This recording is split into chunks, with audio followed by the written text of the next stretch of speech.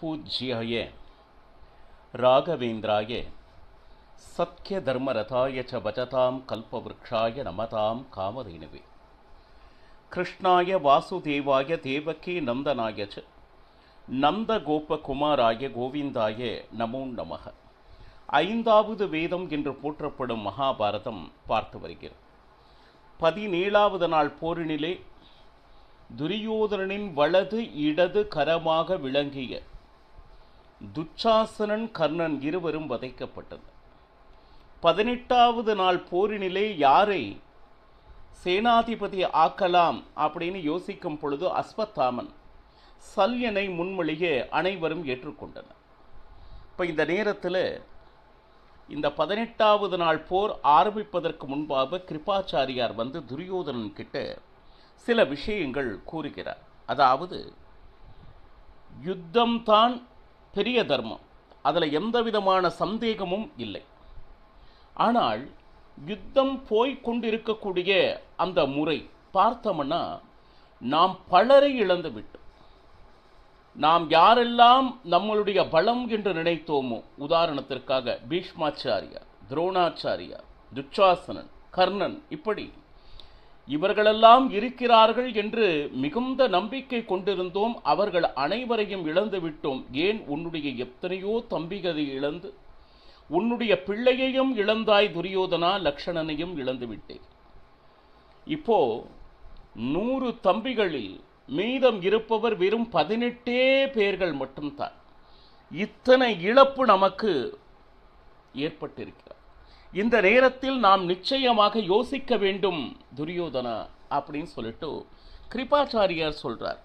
இப்போ நீ போரில் ஜெயித்தாலும் நீ சாதிக்க போவது என்ன? அதை கொண்டாடுவதற்கோ உன்னுடன் வேறு யார் இருக்கிறார்கள்? கொஞ்சம் இவங்க அத்தனை பேரையும் இழந்து அந்த ராஜ்யத்தில் நீ சாதிக்க போவதுதான் என்ன? இந்த யுத்தத்தை தயவு செய்து நான் சொல்வது போல் செய் அப்படின்னு கிருபாச்சாரியார் இந்த யுத்தத்தை நிறுத்து. யாரையும் நம்மால் வெல்ல முடியவில்லை என்பதே உண்மை. இன்னும் சொல்ல போனா பீமனையும் அர்ஜுனனையும் பார்த்து கௌரவர்கள் அஞ்சி நடுங்கிக் கொண்டிருக்கிறார்கள். இதுதானே உண்மை.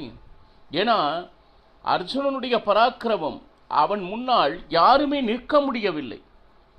யுத்தம் போர். இப்போ நீ என்னென்ன அநியாயங்கள் அதர்மங்கள் செய்தாயோ அதனுடைய பலன் தான் இன்று நாம் அனுபவித்துக் கொண்டிருக்கிறோம் துரியோதனா. முதலில் நீ அதை ஒப்புக்கொள்ள வேண்டும். இன்னும் சொல்ல போனா இன்றைய யுத்தத்தில் நாம் இறந்தார், அவ்வளவுதான். அதற்கு மேல் அந்த ராஜ்யம் யாரிடம் இருக்கிறது, என்ன ஏது என்பது நமக்கு தெரிய போவதில்லை. அதற்கு பதிலாக நாம் என்ன செய்ய வேண்டும் அப்படின்னா, நிச்சயமாக நீ சமாதானம் செய்து கொள்வதில் எந்த விதமான தவறும் இல்லை. இன்னும் சொல்ல போனா அதுவே உனக்கு ஸ்ரேயஸாக விளங்கும், உன்னுடைய வாழ்க்கையை இன்னும் மிளரச் செய்யும் துரியோதனா அப்படின்னு சொல்ற. நீ தர்மனிடம் போய் நிச்சயமாக அந்த சரணாகதியை கூறு, நிச்சயமாக அவர் ஏற்றுக்கொள்வார்.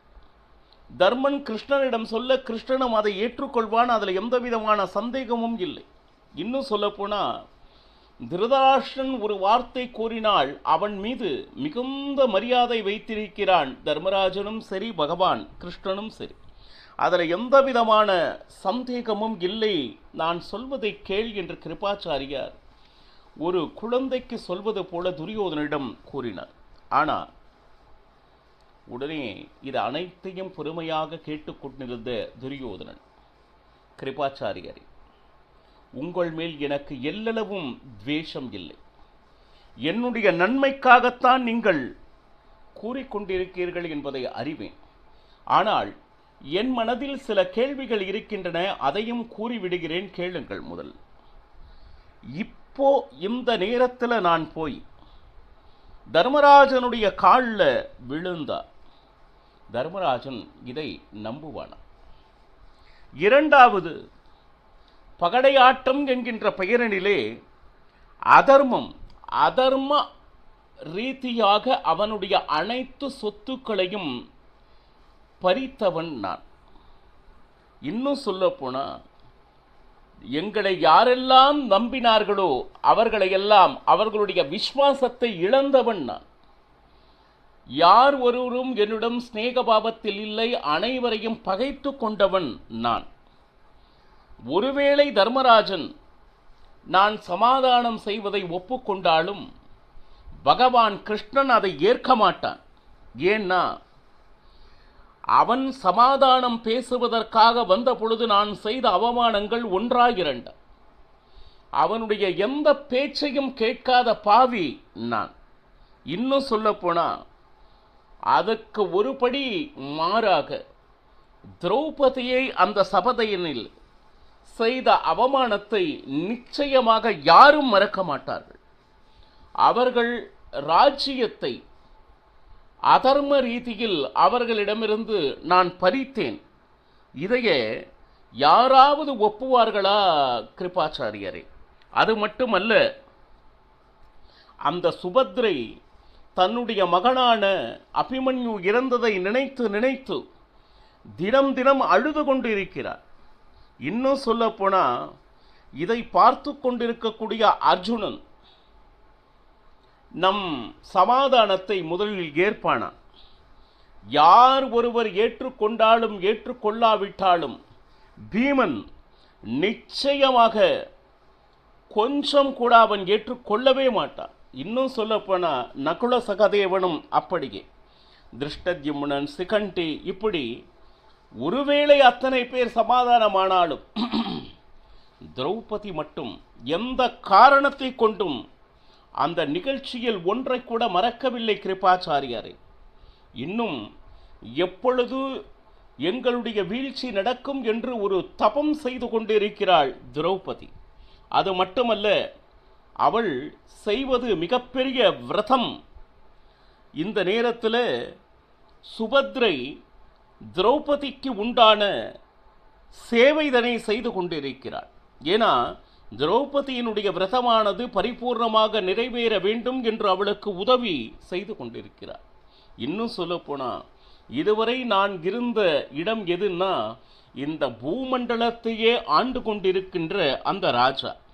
நான் போய் தர்மராஜனுடைய காலில் விழுந்து அவன் ஏதோ கொடுக்கின்ற ஒரு சிறிய ராஜ்யத்தை நான் ஏற்றுக்கொள்ள வேண்டுமா?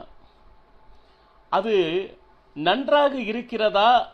அதை ஏற்கத்தான் என்னுடைய மனது வருமா? அவன் காலில் நானா? கிருபாச்சாரியாரே, எள்ளி நகையாடுவார்கள் இந்த ஊரில் இருக்கக்கூடிய மக்கள்.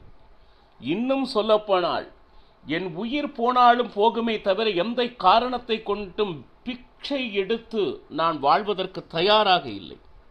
இன்னும் சொல்லப்போனால் பீமசேனன் இதை என்றுமே ஏற்றுக்கொள்ள மாட்டார். இன்னும் சொல்லப்போனால் வீரமாகி யுத்தத்தில் போராடி வீழ்ந்தாலும் வீழலாமே தவிர போயும் ஏன்னா இப்போ யுத்தத்தை நிறுத்தினால் நிச்சயமாக ஒரு நாள் இல்லை ஒரு நாள் சாவு வந்து தான் தீரும். அந்த மரண வாயிலிலே நோயிலே படுத்து இறப்பவன் சத்திரியனே அல்ல கிருபாச்சாரியரே. போராடிக்கொண்டே செத்தாலும் ஜெயித்தால் ஒருவேளை சாம்ராஜ்யம் அல்லது ஸ்வர்கலோகம், இதுதான் ஒரு சத்திரியனுக்கு அழகே தவிர ஒருவர் காலில் விழுந்து அவர் இடுகின்ற பிக்ஷையை ஸ்வீகரித்து வாழ வேண்டும் என்கின்ற நிர்பந்தம் எனக்கு நிச்சயமாக இல்லை.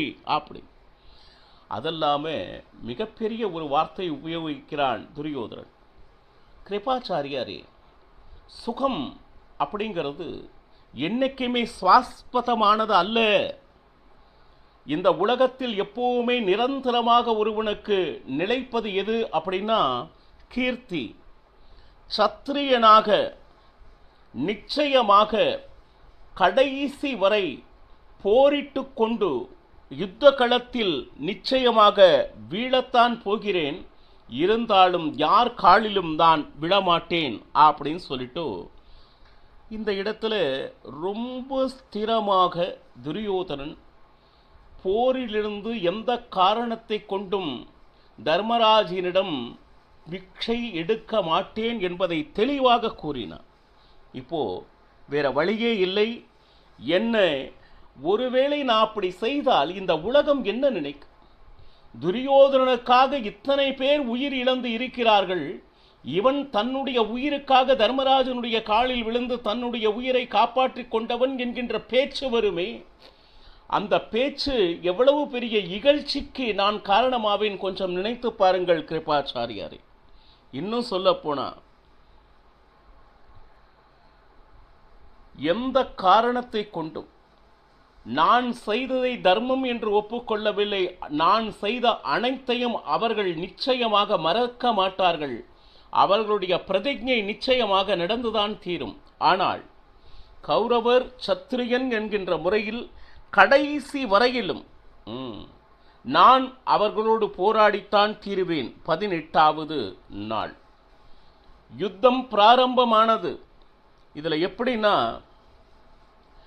18வது நாள் 1வது நாளிலிருந்து 18வது நாள் வரை பாண்டவர்களுடைய முன் பக்கம் தலைவனாக, பாண்டவர்களுடைய ரட்சகனாக 18வது நாளிலும் நின்றவன் யார் அப்படின்னா பீமசேனன். ஆனால் கௌரவர் பக்கம் பார்த்தோம்னா மாறி மாறி நின்றனர். ஏன்னா யாரெல்லாம் சேனாதிபதியாக இருந்தார்களோ அவர்கள் அனைவரும் மாண்டார்கள். முதல் 10 நாட்கள் பீஷ்மர் இருந்தார், மாண்டார். துரோணர் இருந்தார், மாண்டார். கர்ணன் இருந்தான், மாண்டான். இப்பொழுது சல்யனை நிறுத்த வைத்திருக்கிறார்கள். அப்போ பீமன் ஒரு பக்கம் முன்பக்கம் பார்த்து கொண்டிருந்தால், தர்மராஜன் அந்த பாண்டவர்கள் அனைவரும் நின்று கொண்டிருக்கும் பொழுது தர்மராஜன் மத்திய பகுதியில், அந்த கடைசி பக்கம் அர்ஜுனன் கண்ணனுடைய ரதம் நின்று கொண்டிருக்கிறது. தர்மராஜனுடைய சக்கர ரட்சகர்கள் யார் அப்படின்னா நகுலன், சகதேவன். இவா 2 பேரும் தர்மராஜ ரதனுடைய சக்கர ரட்சகர்களாக இருந்தனர். இடது பக்கம் சாத்தகியும் வலது பக்கம் திருஷ்டத்யும்னனும். இந்த அமைப்பினிலே பாண்டவர்கள் 18வது நாள் நின்றிருந்தனர். இதே கௌரவர் பக்கம் பார்த்தோம்னா முன் நின்றவன் யார் அப்படின்னா அஸ்வத்தாமன். மத்திய பாகத்தில் நின்றவன் சல்யன். அந்த கடைசி இடத்துல இருந்தவன் யார் அப்படின்னு கேட்டீங்கன்னா பாருங்க, துரியோதனன். இப்படி அமைக்கப்பட்டிருந்தது. சல்யனுடைய சக்கர ரட்சகர்களாக இருந்தவர்கள் யாருன்னா சகுனியும் அவனுடைய மகன் உலூகனும். அது மட்டுமல்ல, இடது பக்கம் கிருதவர்மனும், வலது பக்கம் பார்த்தவன்னா பாருங்க கிருபாச்சாரியாரும் அந்த சல்யனுடைய ரதத்தினுடைய இடது வலது பக்கமாக நின்று கொண்டிருக்கிறார்கள். அஸ்வத்தாமன், சல்யன், துரியோதனன். அந்த சல்யனுடைய ரதத்தினுடைய ரட்சகர்களாக சகுனி, உலூகன், இடது வலது என்று கிருபாச்சாரியார், கிருதவர்மன். இந்த அமைப்பினிலே கௌரவர்கள் நிற்கப்பட்டிருக்கிறார்கள்.